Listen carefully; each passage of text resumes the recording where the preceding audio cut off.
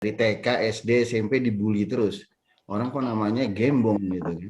Padahal maksudnya bagus. Gembong itu kalau di Jogja artinya macan. Macan Jawa itu namanya gembong. Yang prima dan jaya ya kurang lebih gitulah. Dan orang tua saya menanamkan value yang juga sama dengan yang disampaikan oleh Mas Paulus tadi bahwa tidak ada satu orang pun di dunia ini yang tahu harga dari sebuah kehidupan. Tapi pasti kita semua ingin membuat hidup kita ini berharga. Jadi itulah kurang lebih yang saya dapat dari kedua orang tua saya yang dua-duanya dosen. Ngomongnya sedus, duitnya 1 sen, gitu kan? Dosen itu kan gitu. Jadi izinkan saya sharing knowledge dari perjalanan saya menggeluti dunia energi yang mungkin tidak ada hubungannya dengan background teman-teman tambang, tapi ini adalah sebuah peluang bisnis yang bisa dikerjakan oleh siapapun juga. Jadi saya memulai saja. Bismillahirrahmanirrahim. Assalamualaikum warahmatullahi wabarakatuh.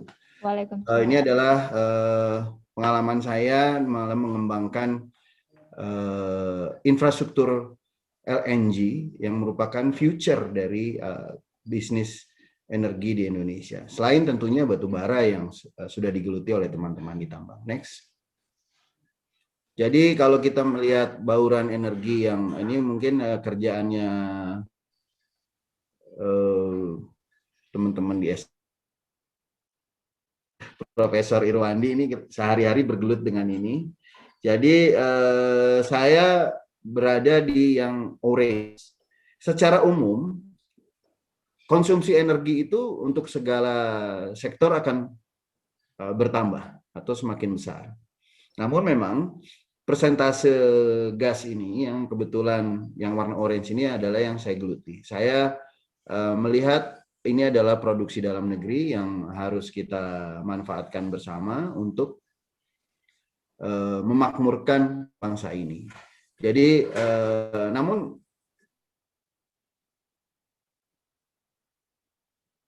si energi gas ini, karena memang dari awal kita lebih suka memakai BBM yang memang waktu itu sangat mudah.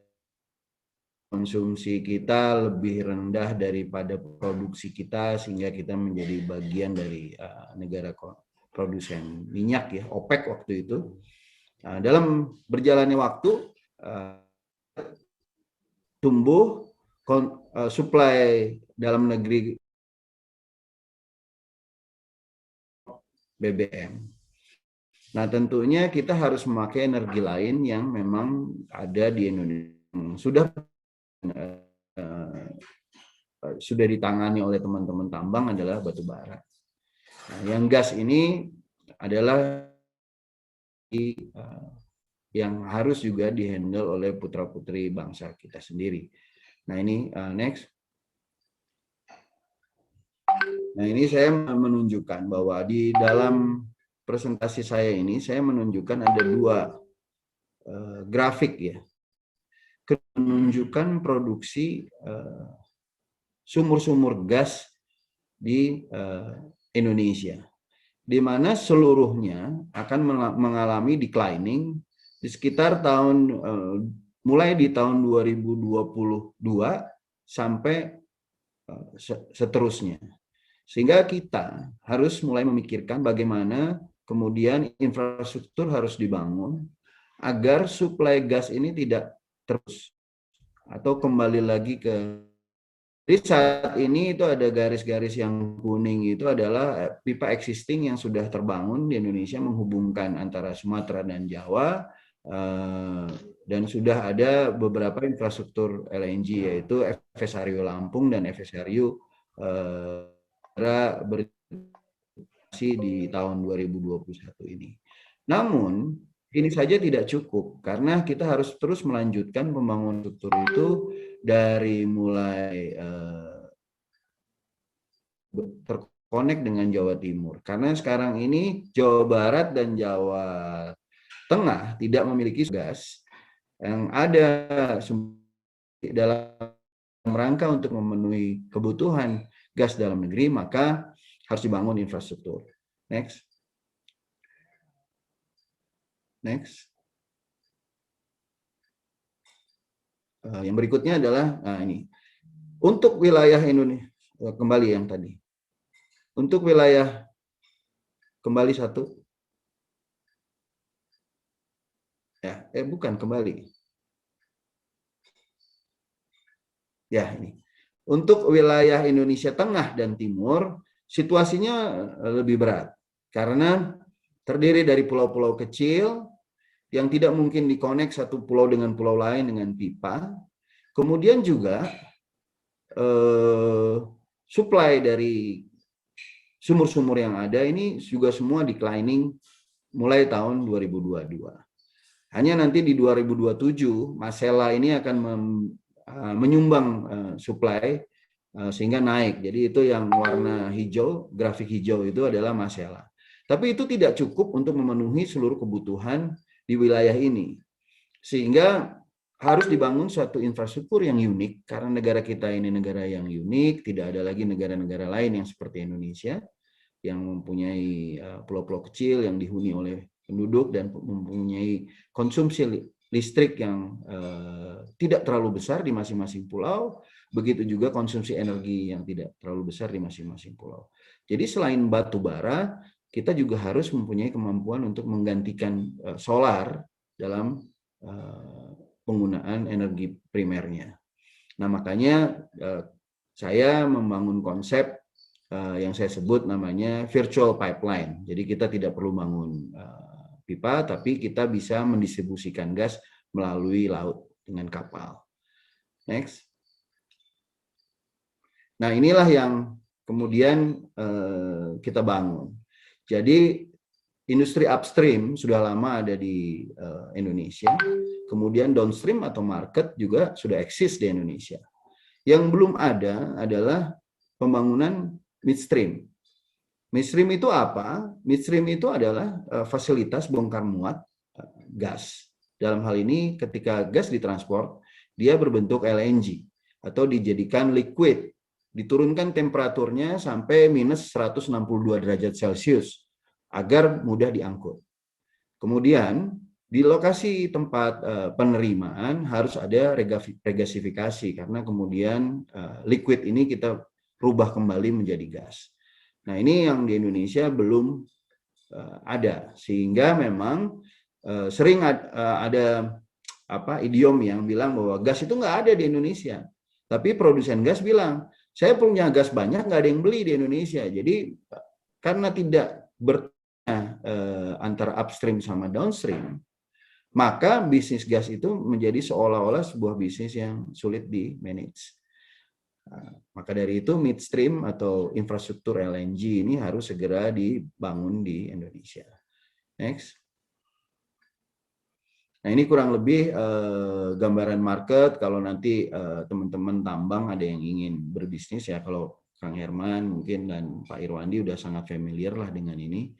Jadi ada regas, itu tadi ada LNG hub, saya menyebutnya seperti itu. Kemudian ada industri, ada retail, ada gas kota, kemudian gas transportasi, kemudian juga untuk kebutuhan pembangkit listrik. Jadi ini adalah prospek bisnis yang saat sekarang ini belum banyak teman-teman yang melakukannya, sehingga sebetulnya cukup berpotensi untuk kita semua terjun di bidang ini. Karena ini nanti akan menjadi seperti bisnis batu bara yang waktu tahun 2000-an lagi dibicarakan hangat-hangatnya, kemudian benar-benar booming di tahun 2002-2005 ya, bisnis batu bara. Bisnis gas ini juga nggak akan lama lagi akan booming, karena kemudian sekarang ini orang sudah mulai melirik industri otomotif berbasis listrik. Ini artinya listrik dan gas ini merupakan sebuah satu kesatuan. Jadi ini akan menjadi bisnis, future bisnis bagi kita semua. Next. Ya, ini rangkaian industri yang kira-kira bisa memberikan nilai tambah pada teman-teman yang mengelola juga mineral ya. Karena sumber gas ini bisa juga mengenerate atau memberikan kontribusi kepada industri-industri mineral yang mungkin dikelola oleh teman-teman. Karena memang gas ini kan berasal dari, kalau kita dulu sekolah ya di TPB itu, ini adalah metan. Natural gas adalah metan. Jadi kalau kita bikin sampah pun, kemudian sampah itu bau, itu ada gas metan di situ. Nah itu biasanya dicampur dengan unsur-unsur lain, akan bisa menjadi pengganti LPG misalnya, jadi DME dan lain sebagainya. Jadi ini sedikit cerita tentang kemungkinan teman-teman dari tambang bisa masuk ke dalam industri yang memang belum terlalu berkembang di Indonesia. Dan ini peluangnya sangat besar. Next. Nah ini saya kembali lagi ke LNG tadi. LNG tadi memang LNG infrastructure itu memiliki berbagai macam pilihan-pilihan. Ada yang landed plus floating, ada yang full floating, jadi floating storage and regasification unit. Ada yang floating storage dan regasification-nya terpisah. Dan pemilihan ini berdasarkan lokasi yang tersedia. Jadi apabila kita tidak punya cukup lahan, maka semua kita taruh di laut. Tapi kalau kita punya lahan kecil, kita taruh sebagian di darat, sebagian di laut. Dan seterusnya. Ini adalah pola pemilihan skemanya. Dan tentunya setiap pilihan-pilihan ini memberikan besaran CAPEX dan OPEX yang berbeda-beda. Nah, ini akan menjadi sangat kompetitif apabila kita memilih pilihan yang paling tepat. Nah, kasus saya di Bali, saya membuat small scale LNG terminal pertama di dunia. Desainnya saya buat sendiri, kemudian engineeringnya saya dibantu oleh teman-teman dari ITB, waktu itu LAPI ITB. Untuk construction-nya saya dibantu oleh perusahaan dari Korea, dan kita berhasil mewujudkan terminal pertama di Indonesia, dan memang di dunia pun pertama karena nggak pernah dibuat sebelumnya. Jadi sebetulnya kita mampu dengan sinergitas dari alumni, kita mampu untuk membuat sesuatu hal baru yang belum pernah ada. Jadi memang kita ini luar biasa lah. Nah itu akhirnya menjadi terminal pertama. Dan dari terminal ini, PLN bisa mendapatkan saving yang sebelumnya menggunakan solar, mendapatkan saving sekitar 4 miliar per hari. Dan itu cukup baik karena pembangkit listriknya pembangkit listrik kecil saja. Terbayang kalau ini bisa dibangun di mana-mana, sampai ke Papua sana, maka akan lebih besar saving bagi negara ini. Next. Nah, ini adalah gambar yang saya ceritakan tadi. Jadi yang kanan ini yang ada tulisan LNG-nya, ini engineering-nya kita kerjakan sendiri. Saya dibantu teman-teman LAPI ITB. Kita bangun karena galangan di Indonesia safety dan sertifikasinya belum memadai, sehingga saya bangunnya di Korea. Jadi kita stay di sana, dan ini bisa selesai dalam 7 bulan. Jadi persiapan sampai operation itu kita bangun dalam 11 bulan total keseluruhan. Ini pipa ini juga kita buat sendiri dengan engineer lokal. Nah, kapal yang besar ini waktu itu sewa kita, karena untuk bikin kapal perlu waktu 2 tahun. Sehingga ini bisa beroperasi, dan dari bisnis yang kecil ini kita dapat revenue sekitar 1 triliun untuk yang hanya seperti satu garis lurus ini. Terbayang kalau kita bisa membuat yang lebih besar daripada yang ada ini. Jadi ini adalah bisnis yang sangat luar biasa ke depan bagi Indonesia, menguntungkan buat negara, menguntungkan PLN, menguntungkan pengusahanya. Jadi ini luar biasa, beramal sambil beruntung, kurang lebih gitu ya. Next. Nah, ini adalah FSRU pertama juga yang kita buat dengan ukuran yang sedang, mid size, dan ini pun kita kerjakan dengan engineer lokal, meskipun kita bangunnya di Hyundai di Korea juga, karena keterbatasan kita dalam hal mensertifikasi produk-produk yang dipakai di dalam kapal ini. Kita mencoba berkomunikasi dengan BKI untuk peralatan yang mengapung di air. BKI angkat tangan karena mereka tidak siap untuk mensertifikasi barang-barang yang ada di atas floating storage ini. Ini tanpa engine, jadi ini murni hanya menyimpan LNG, kemudian memprosesnya menjadi gas. Dan ini sekarang berlokasi di Bali. Kalau Bapak dan Ibu sekalian lewat tol di Bali, itu akan kelihatan. Atau kalau mau landing atau mau terbang dari Bandara Ngurah Rai, akan terbang di atas fasilitas ini. Jadi ini adalah sebuah kebanggaan buat saya pribadi, yang dulu kuliahnya banyak mainnya, kemudian akhirnya saya mempunyai karya yang cukup monumental dalam hidup saya, bisa berkontribusi untuk bangsa ini. Jadi harapan saya mungkin setelah presentasi ini banyak teman-teman tambang yang juga melihat peluang bisnis ini, terutama yang sudah berbisnis yang lain-lain, mungkin ini menjadi salah satu alternatif bisnis Pak. Mungkin itu. Next, sudah habis ya. Next. Nah, ini adalah sedikit gambaran small project kita yang revenue-nya 1 triliun tadi. Kita hanya membangun pipa 4 kilo menuju ke pembangkit. Kemudian fasilitas yang kita bangun itu tadi yang FSRU dan LNG carrier tadi. Kantornya 2 kantor biru itu, kantor kecil saja. Pembangkitnya juga cuma 1. Di Indonesia ada 3.000 megawatt pembangkit lain yang siap untuk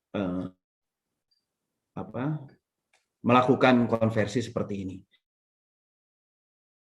800 lagi. Artinya peluang teman-teman untuk berbisnis di sini masih sangat terbuka lebar. Itu saja dari saya. Terima kasih. Wassalamualaikum warahmatullahi wabarakatuh. Waalaikumsalam. Terima kasih banyak Pak atau Bang, ini saya biar enak manggilnya nih Pak. Mas aja, Mas aja. Oh, Mas. Ya, ya, biar akrab. Terima kasih banyak Mas Gembong untuk paparannya dan luar biasa karyanya. Tadi saya tergelitik waktu kuliah banyak main, tapi hasil karyanya luar biasa nih. Diakui dunia ini. Terima kasih banyak Mas Gembong dan juga tadi Bang Paulus untuk pemaparannya. Tapi sebelum sampai ke para penanggap, saya dapat informasi bahwa Mas Gembong ini juga menjadi salah satu calon ketua IAITB nomor urut 3. Nah, tadi di slide paling terakhir, mungkin memang sekilas dari co-hostnya hanya menampilkan sedikit, tapi boleh nggak kita diberikan waktu kurang lebih, mungkin ada 5 menit atau 3 menit, Mas Gembong memberikan informasi program apa sih sebenarnya yang mau Mas Gembong bawa, dari berdasarkan pengalaman yang Mas Gembong sudah alami sampai hari ini, dari usaha, jatuh bangun, semua sampai akhirnya memberikan karya yang luar biasa untuk bangsa lewat jalur industri gas. Dipersilakan, Mas. Terima kasih, Os. Jadi saya cerita sedikit. Visi saya sederhana aja. Ketika saya ingin maju, saya ingin mempersatukan alumni ITB dan memberikan wadah bagi alumni ITB untuk mengoptimalisasikan dan menjadi kanalisasi bagi potensi-potensi alumni ITB untuk berkarya, berkreasi, dan tentunya kita ingin berbagi dengan sesama kita alumni, berkontribusi buat alma mater dan berbuat sesuatu untuk bangsa. Dari visi itu saya menurunkannya menjadi 4 misi. Yang pertama bersatu, ya kita harus bersatu lah. Kita jangan lagi bicara perbedaan yang ada di antara kita. Kita bersatu karena kita sama-sama alumni ITB. Tentunya kita ingin juga berbuat banyak untuk ITB. Kemudian berdikari. Karakter ini menjadi karakter dasar kita sebagai intelektual, bahwa kita bebas berekspresi, Tapi tentunya dalam ekspresi kita itu kita ingin kontribusi berupa masukan atau usulan atau sesuatu bisa menjadi apa ya, pertimbangan bagi saya ini untuk melangkah ke depan. Jadi ini kita ingin membuat semacam wadah bagi alumni yang tidak hanya tidak peduli pada bangsa ini. Kemudian berkarya dan berkreasi, sifat ini juga merupakan sifat dasar kita. Kita pada dasarnya ingin berkarya dan berkreasi luas-luasnya sesuai dengan bidang yang kita pilih. Dan untuk itu makanya Ikatan Alumni harus mempunyai wadah agar produk-produk hasil kreasi dan karya alumni ITB ini bisa dipanggungkan dan bisa dilihat oleh teman-teman yang swasta atau yang industri, sehingga akhirnya produk ini bisa diproduksi secara massal, bisa komersial, dan bisa dikonsumsi oleh atau dimanfaatkan oleh masyarakat luas. Kemudian berbagi, ini yang terakhir, saya rasa kita semua ingin bisa berkontribusi buat sesama alumni, kepada alma mater, dan juga kepada sesama bangsa Indonesia. Nah, untuk menjalankan 4 misi itu, saya membangun 3 platform untuk mengeksekusi misi tersebut, yaitu pertama Connecting the Dots. Connecting the Dots ini adalah platform yang dibangun untuk menghubungkan alumni dengan alumni, alumni dengan kampus, dan alumni dengan organisasi kealumnian, di mana kita akan menambahkan database kita dengan portfolio, termasuk juga bidang yang kita geluti selama ini, sehingga kita bisa saling terkonek, mencari teman atau rekanan yang memang menggeluti bidang yang sejenis dengan yang kita geluti. Kemudian event Indonesianisme ini adalah panggung bagi alumni untuk bisa menampilkan, memamerkan karya-karyanya, kemudian dibahas dalam seminar dan forum group discussion, untuk kemudian bisa bertemu dengan swasta dan kalangan industriawan, sehingga itu kemudian produk bisa menjadi produk yang dikomersialisasikan dan dipakai secara luas di masyarakat.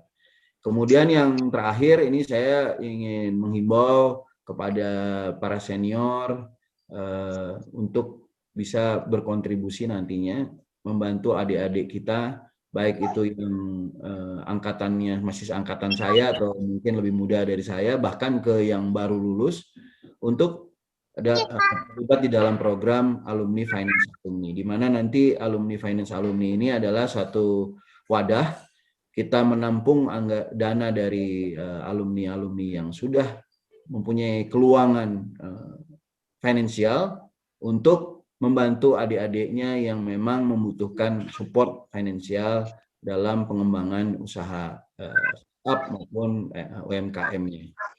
Nah, ini nanti kita akan menerapkan sebuah sistem, ini tidak akan diberlakukan bunga di dalam pemanfaatan dana ini, tapi kita akan seperti layaknya kerjasama, jadi ada bagi hasil dan lain sebagainya. Nah, peran IA nantinya adalah melakukan verifikasi dan menilai kemampuan pengembalian pinjaman tersebut. Sementara selama dana itu dikelola oleh pengelola bisnis yang pinjam dana dari alumni Finance Alumni ini, akan dibantu manajemen dan kontrol keuangannya oleh tim dari Ikatan Alumni ITB. Jadi saya rasa itu sedikit secara singkat program kerja yang saya tawarkan. Mudah-mudahan ini bisa lebih membumi dan bisa bermanfaat bagi alumni-alumni dari dekade manapun, sehingga kita bisa lebih banyak melakukan kegiatan-kegiatan yang kaitannya dengan kealumnian, kontribusi kepada alma mater, dan bagaimana memajukan bangsa ini. Itu dari saya, terima kasih sekali lagi atas kesempatannya.